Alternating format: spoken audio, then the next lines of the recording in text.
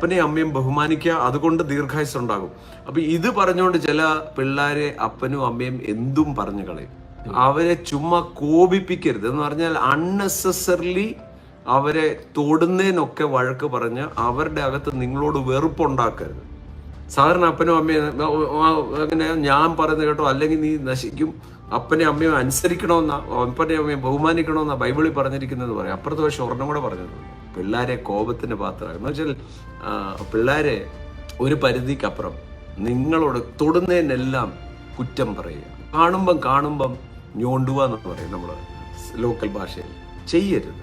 അവരെ സ്നേഹത്തിൽ, ഞാൻ പറയാം, സ്നേഹത്തെ ജയിക്കാൻ പറ്റാവുന്നത് വേറെ ഒന്നുമില്ല. നമുക്കറിയാം അവർക്ക് കുഴപ്പം പറ്റിയിട്ടുണ്ട്, പക്ഷെ എന്നാലും അവരെ സ്നേഹിച്ച് അവർ തന്നെ പറയും തെറ്റിപ്പോയി. അതല്ലേ യേശു നമ്മുടെ ജീവിതത്തിൽ ചെയ്തത്. പാപികളായിരുന്നപ്പോൾ തന്നെ തൻ്റെ പുത്രനെ അയച്ചു പിതാവാണ്.